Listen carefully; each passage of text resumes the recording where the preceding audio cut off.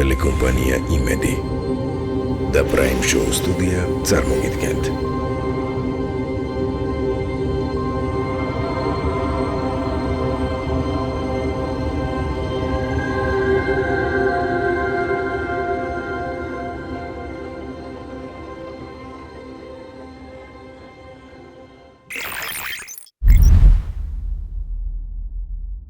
სალამი მეუფე ათანასე უპირველეს ყოვლისა მინდა დაგიდასტუროთ უაღრესად დიდი პატივისცემა და მადლიერება იმისა, რომ მე დღეს თქვენთან ვიმყოფები.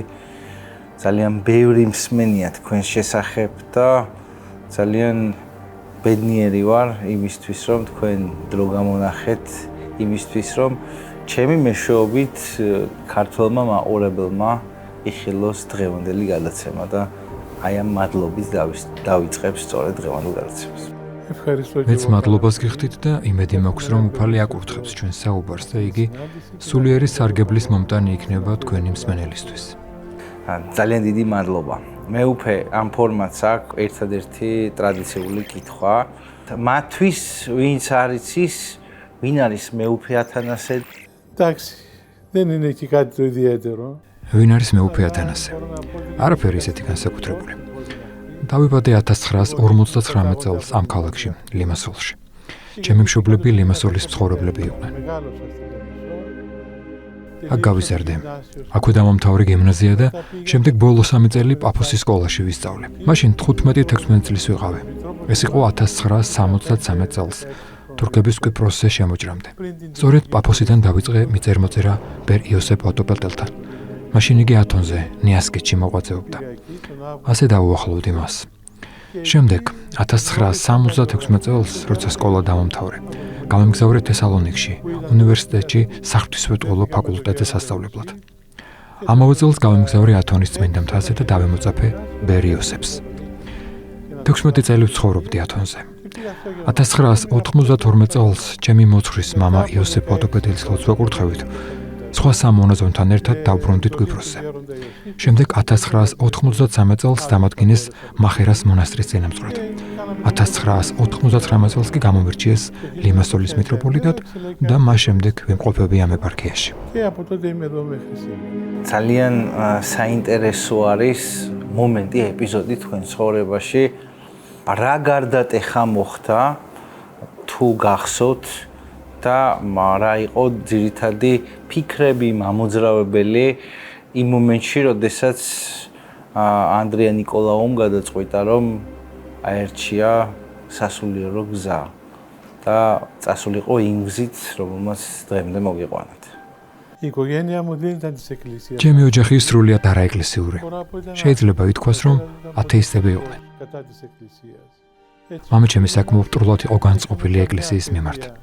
ასე რომ ოჯახში არანაირი ეკლესიური აღზრდა არ მიმიღია. მაგრამ მადლობა ღმერთს, ბებია იყო ძალიან მორწმუნე და მისგან ბევრი რამ ჰქონდა გაგებული უფლის შესახებ. შემდეგ უკვე სკოლაში ჩემს კლასელებთან ერთად დავიწყე ტაძარში სიარული. ასე მე თვითონ დამოუკიდებლად დავუახლოვდი ეკლესიას. დავდიოდი საკვირაო სკოლაში, მივედი მოძღვართან ახსარებაზე. ამას ყველაფერს მე-9 კლასამდე მშობლებისგან ფარულად ვაკეთებდი. მაშინ კი პირდაპირ ვუთხარი, რომ გადაწყვეტილი მქონდა სასულიერო პირი გამختارიყავი. აქედან მოყოლებული გადავედი პაფოსის ეპარქიის რეზიდენციაში საცხოვრებლად. უფლის წყალობით გამოჩნდნენ ადამიანები, რომლებიც დამეხმარნენ ღვთისკენ სავალ გზაზე შემდგომში. მიწერ-მოწერის მეშვეობით გავიცანი ბერ იოსებ ოტოპედელი და ამ ყველაფრის დახმარებით გადავწყვიტე ათონის მთაზე მონაზვნად შედგომა. ისე მეუფე არ არის მარტივი ბავშვობის წლებში დამალო მშობლებისგან სულიერი ცხოვრება სიარული ტაძარში, სიარული ეკლესიაში, იმიტომ რომ მაინც ამას რაღაცა გარკვეული დრო ჭირდება, ხო, როდესაც ტაძარში მიდიხარ, იქ რაღაცა გარკვეულ პერიოდს ატარებ. როგორ ახერხებდით ამას და მეორეს მხრივ მაინტერესებს თუ გქონდათ იმის შიში, რომ აი მშობლებს ისე აეკრძალათ, რომ თქვენ ვერ გადაგედგათ ეს ნაბიჯი. ჩემი მშობლები დიდ თავისუფლებას მაძლევდნენ. ადვილად მიშვებდნენ ყველგან. რასაკვირველია არ იცოდნენ, რომ ეკლესიაში დავდიოდი. მათ ეგონათ, რომ მე მეგობრებთან ერთად ვერთობოდი, ექსკურსიაზე დავდიოდი და ასე შემდეგ. ეკლესიასთან დაკავშირებით მათ არაფერს არ ვეუბნებოდი. როცა უკვე მე-9 კლასში ვიყავი, მამაჩემი მიხვდა, რომ ფარულად დავდიოდი ტაძარში და იქიდან დაიწყო განსაცდელები ჩემს ცხოვრებაში. მაგრამ უფლის შეწევნით ეს ყველაფერი გადავლახე. თუ გახსოვთ რა გითხრათ? ძალიან გამიბრასდა. და სანამ ორი კითხვას დავსვავ, აქვე მინდა გითხრათ, რომ დღევანდელი ჩვენი ჩაწერისთვის მე მინდა მადლიერება გამოვხატო მამა გიორგის მიმართ, რომელიც ვიცი რომ თქვენთან მსახურობს და ასევე მამა საბას და მამა თეოდორეს მიმართ, რომლებიც დაგვეხმარნენ ამ გადაღების განხორციელებაში. თქვენ ასევე ახსენეთ და ბუნებრივია მეც მქონდა ამაზე ინფორმაცია, სანამ თქვენთან მოვიდოდით, რომ 16 წელი გაატარეთ ათონის მთაზე და თუ შეგიძლიათ რომ ის პერიოდი გაიხსენოთ და სხვათა შორის ჩვენი შემოქმედებითი ჯგუფი ლიმასოლში სწორედ ათონის მთიდან მოდის ახლა და ძალიან საინტერესოა თქვენს მიერ გახსენება იმ პერიოდის. როცა წმინდა მთაზე მივედი, მაშინ 18 წლისა ვიყავი და ვსწავლობდი თეოლოგიის ფაკულტეტის პირველ კურსზე. გადავწყვიტე და მოწაფებოდი ბერ იოსებ ვატოპედალს და აქედან იწყება ჩემი მონაზვნური ცხოვრება. თავიდან ბევრი სირთულეები გავიარეთ. მაშინ მხოლოდ ჩვენ ორნი ვიყავით, მე და ბერი იოსები. იგი საკმაოდ მკაცრი მოძღვარი იყო, მაგრამ უფლის მადლით, ბერის ლოცვითა და მისდამი უდიდესი სიყვარულით ყველა სირთულე გადავლახეთ. არ არის ადვილი მონაზვნური ცხოვრების ღვაწლისა და განსაცდელების აღწერა. უფრო მეტად რთულია ამ ყველაფრის გაგება მათთვის, ვინც არ არის ჩახედული ამ სფეროში. უმთავრესი სირთულე მონაზვნობაში არის საკუთარ თავთან ბრძოლა.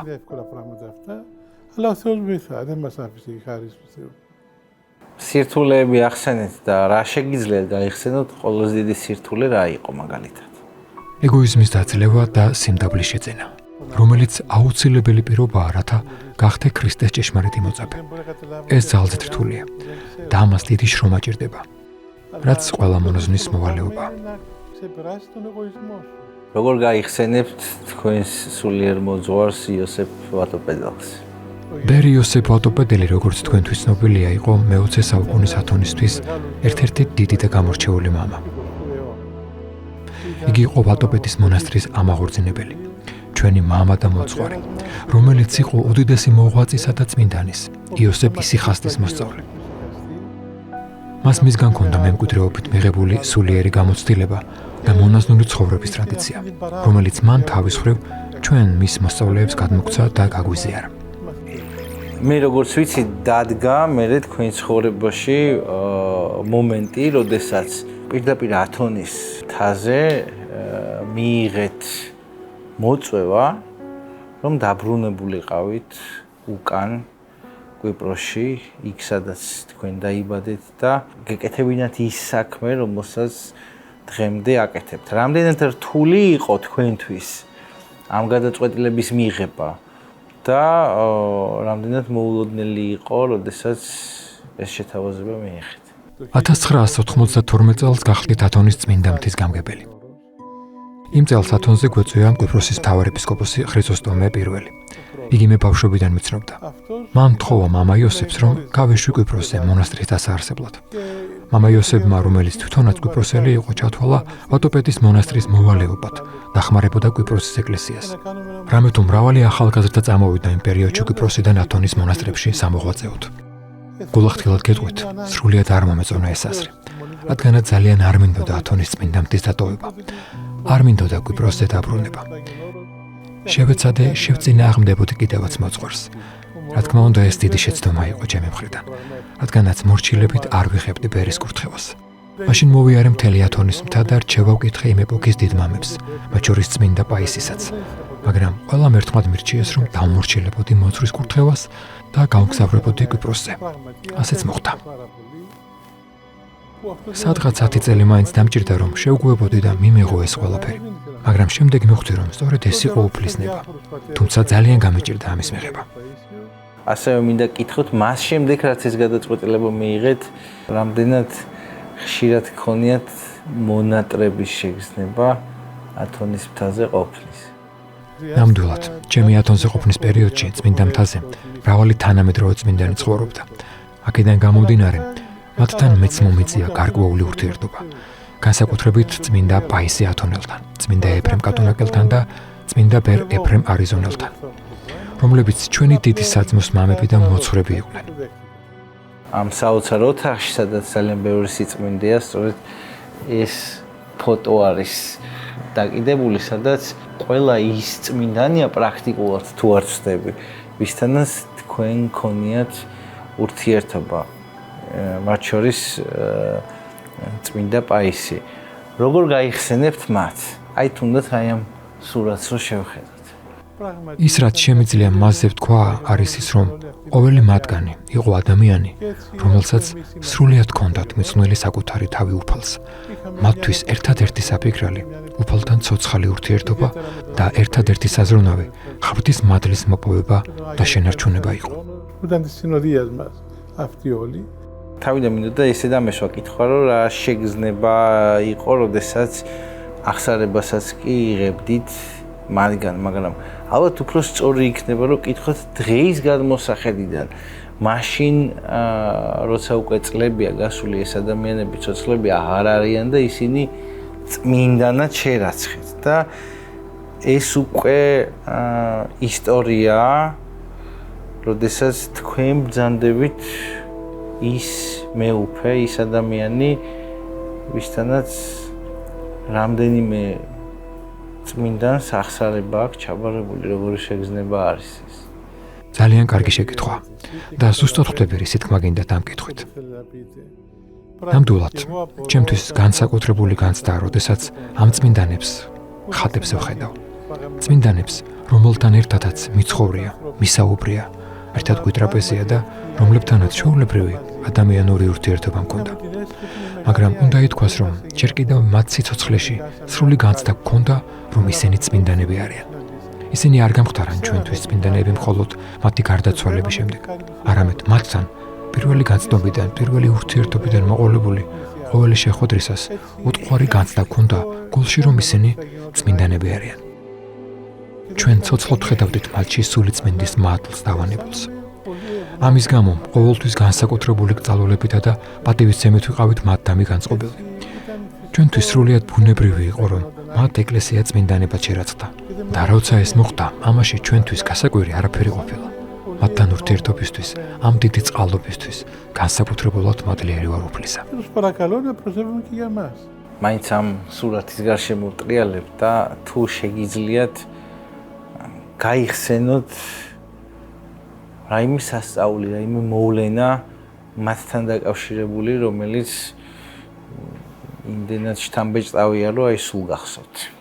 მრავალი სასწაული ვიხილეთ მათთან სიახლოვისას, მაგრამ ყველაზე დიდი სასწაული ჩვენთვის თვით მათი ცხოვრება იყო. თვით ეს წმინდანები იყვნენ ჩვენთვის ცოცხალი სასწაული. დანარჩენი ყველაფერი უფლის მადლით ხდებოდა. უფალი კი სასწაულებს მუდმივად აღასრულებს. მათში წინასწარმეტყველების ნიჭიც გვიხილავს, ჭვრეტის ნიჭიც და სხვა მრავალი რამ, რომელიც უკვე ცნობილია მორწმუნეთათვის, მაგრამ ჩვენთვის ყველაზე დიდი სასწაული თვით ეს წმინდანები იყვნენ.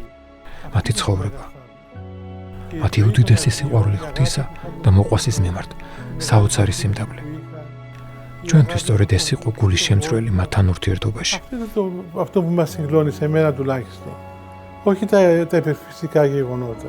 Central Park Towers-ი არის 2.42 სართულიანი ნაგებობა ქალაქ თბილისის ცენტრში, ბუნებრივია Central Park-ის მიმდებარედ, 7 სართულიანი პოდიუმით და ძალიან ბევრი საინტერესო სარესტორნო სივრცით, საშოპინგე სივრცით და ასევე 5000 კაცზე გათვლილი event hall-ით.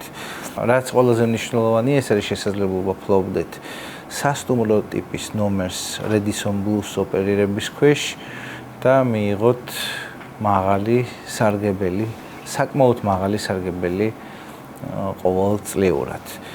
Central Park Towers-ი არის 300 მილიონიანი პროექტი და შესაძლებლობა გქონდეთ საკუთარი სასტუმრო ნომერი Radisson Blu's ოპერირების ქვეშ. თქვენი გადმოსახედით იქ, სადაც თქვენ მოღვაწეობთ, ბოლო რამდენიმე აწლეულია, რას ფიქრობთ, იქიდან გამომდინარე, რასაც ხედავთ. ყველაზე დიდი გამოწვევა რა არის დღევანდელი მართლმადიდებლობის, დღევანდელი ქრისტიანობის. ვფიქრობ, ყველაზე დიდი პრობლემა, ყველაზე მნიშვნელოვანი თანამედროვე ადამიანისთვის არის ის, რომ მან უნდა აღმოაჩინოს და შეიცნოს ღმერთი მის გულში. Όλοι μας αυτό έχουμε ανάγκη. ღმერთი, რომელიც არის ჭეშმარიტი მამა თითოეული მორწმუნესთვის. სწორედ ეს ესაჭიროება თანამედროვე ადამიანს. ეკლესია კი ვალდებულია, რომ ამაში დაეხმაროს და დაუმოწმოს თითოეულს, რომ უფალი ჩვენი იესო ქრისტე არის მამა, ჭეშმარიტი ღმერთი, მაცხოვარი სოფლისა. ეს სულიერი ცოდნა და გამოცდილება უნდა გაუზიაროს ეკლესიამ ადამიანებს. რამდენად ხშირად დადის ახალგაზრდობა ეკლესიაში? ეს ძალიან მნიშვნელოვანი კითხვა, იმიტომ რომ ეს ყოველთვის რაღაც განსაკუთრებულ დატვირთვას ატარებს ახალი თაობის, ყოველი მომდევნო თაობის სიახლოვე დედა ეკლესიასთან. Μπορώ να πω ότι რა თქმა უნდა, ყველა ადამიანი არ არის ახლოს ქრისტესთან და დედა ეკლესიასთან. მაგრამ მაქვს განცდა, რომ ყველა ადამიანი ეძიებს ღმერთს. პრობლემა ის არის, რომ მას არასწორ ადგილებში და არასწორი ფორმით ეძებენ და ამის გამო იტანჯებიან. მინდა მჯეროდეს, რომ მათ ეს გულუბრალობით მოსდით. და თუ ეკნებათ გულის უბრალოება და კეთილი განწყობა, მაშინ ქრისტე გამოუცხადებს მათ საკუთარ თავს. მრავალი ახალგაზრდა მოდის ეკლესიაში, რომ ჩვენგან ქრისტესთან ურთიერთობის ცოცხალი გამოცდილება ისწავლონ.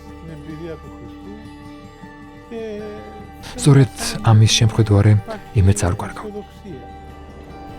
მადლობა ღმერთს, ადამიანები დღესაც ეძიებენ უფალს და უფალი, რომელიც ჭეშმარიტი მამაა, აუცილებლად განუცხადებს მათ საკუთარ თავს. მოდულის როლი რა არის ამ შემთხვევაში და ზოგადად როგორი უნდა იყოს თანამედროვე მღვდელი იმ საქმეში, რომ რაც შეიძლება მეტი ახალგაზრდა მოიყვანოს ტაძარში და ზოგადად დეფინიცია თანამედროვე მღვდელი რამდენად სწორი არის, რამდენად უნდა იყოს მღვდლის ერთ-ერთი პრიორიტეტი, ერთ-ერთი დანიშნულება, რომ რაღაცნაირად თანამედროვეობას ფეხი აუწყოს, იმიტომ რომ ეს ალბათ დიალოგში ამას შეიძლება მნიშვნელობა ქონდეს. Τα νέα παιδιά μας დღეს ახალგაზრდები არ ეძიებენ ჩვენგან მოძრაობისაგან იმას, რაც თვითონაც კარგად იციან. ისინი ეძიებენ ჩვენში იმას, გვაქვს თუ არა უფალთან ცოცხალი ურთიერთობის გამოცდილება, თუ გვაქვს შეგრძნობილი ქრისტეს მადლი. ესე იგი იმას, რომ რასაც ჩვენ მათ ვასწავლით, თვითონ ჩვენ თუ გვაქვს ცოცხლად შეგრძნებული და განცდილი. ჩვენში არსებული სულიერი გამოცდილება არის თუ არა ავთენტური და ნამდვილი. და თუ ეს ყველაფერი ჩვენში არსებობს, მაშინ ისინი ამას გრძნობენ და მოყვებიან. მოძღვარს უნდა კონდეს ქრისტესთან ცოცხალი ურთიერთობის გამოცდილება. სწორედ ამას ეძიებენ ადამიანები ჩვენში. რამდენად მნიშვნელოვანია ეკლესიის როლი და ეკლესიის ძლიერება ქრისტიანული სახელმწიფოსთვის. ეკლესია უნდა იყოს დამცველი უფლის სიტყვისა, ქრისტეს სწავლებისა. ეს არის უმთავრესი და აუცილებელი. ეკლესიამ უნდა ასწავლოს ადამიანებს უფალთან მიახლოებისა და სულის ცხონების გზა. სახელმწიფო ამას იღებს თუ არა, ეს მისი საქმეა. ეკლესია ადამიანური, ეროვნული თვალსაზრისით ძლიერი იქნება თუ სუსტი, ამას დიდი მნიშვნელობა არ აქვს. წმინდა ეკლესიას მრავალი დევნა და შევიწროება აქვს გავლილი საუკუნეების მანძილზე, მაგრამ იგი ყოველთვის აღასრულებდა და აღასრულებს მის მოვალეობას. პირიქით, სახელმწიფო ხელისუფლებისთვის არის სასარგებლო ეკლესიასთან სწორი ურთიერთობა და მისი სიძლიერე. რა რჩევას მისცემთ ადამიანებს, ვისაც ჯერ არ ყავს მოძღვარი, როგორ უნდა შეარჩიოს ის ადამიანი, ვისაც შემდგომ ჩააბარებს აღსარებას. სულიერ ცხოვრებაში აუცილებელია მოძღვრის ყოლა. ადამიანს უნდა ჰყავდეს სულიერი მამა, რომელიც დაეხმარება მას სინანულითა და სულიერი ღვაწლით ქრისტეს სიყვარულის შეცნობაში. და ჭვრეტის მქონე მოძღვარი სულიერი წინსვლისთვის. უმთავრესია მოძღვარი იყოს თავმდაბალი, რომელიც მისი პირადი მაგალითით გვასწავლის სიმდაბლეს, სინანულს, ღვაწლს ქრისტეს მცნებების დაცვაში, რომელიც დაგვეხმარება ღირსეულად მივეახლოთ ეკლესიის წმინდა საიდუმლოებებს. არ უნდა დაგვაუწყდეს, რომ ადამიანს ეკლესია აცხონებს, ხოლო მოძღვარი ეხმარება მას ამ ღვაწლში. მე უკვე ადამიანები ვართ და აბსოლუტურად ყველა ტერიტორიაზე მე ვამბობ პროფესიულ ტერიტორიაზე და ცხოვრებისულ ტერიტორიაზე ყველას ყავს რაღაცა მისაბაძი ადამიანი, მისაბაძი პერსონა იმ საქმეში, რა საქმესაც ისაკეთებს. თქვენ შემთხვევაში როგორ იყო და როგორ არის ალბათ განსაკუთრებით პირველ წლებში თუ არსებობდა ფიგურა, რომელზეც თქვენ შინაგანად ფიქრობდით, რომ აგեղოთ სწორება, ვინც იყო თქვენთვის ყველაზე მისაბაძი სულიერ საქმეში, სასულიერო საქმეში, საეკლესიო საქმეში. შეიძლება თანამედროვეც არ ყოფილიყო, ან რაიმე ისტორიული ფიგურა ყოფილიყო, მაგრამ თქვენ შემთხვევაში ვინ შეიძლება ყოფილიყო ეს? რასაკვირველია ჩვენი მოძღვრები. ისინი შთაგვეგონებდნენ, რომ მთელი გულით შეგვეყვარა ქრისტე. არა ისინი პიროვნულად, არამედ მთელი ჩვენი სიყვარული ქრისტეს მიმართ უნდა ყოფილიყო. ისინი თვითონ გვაძლევდნენ ამის მაგალითს. მამა იოსებ ავტოპედელი, წმინდა პაისი, წმინდა ეფრემ კატონაკელი. მე დარწმუნებული ვარ, ამდენი ადამიანის არსებობს იმდენი წარმოსახვა ჭეშმარიტების, უფლის. თქვენ შემთხვევაში რა შეგიძლიათ გითხრათ? როგორია უფალი? ამ შეკითხვაზე პასუხის გაცემა არც თუ ისე ადვილია. რამე თუ ეს ყოველივე მხოლოდ ადამიანის გულის სიღრმეში განიცდება.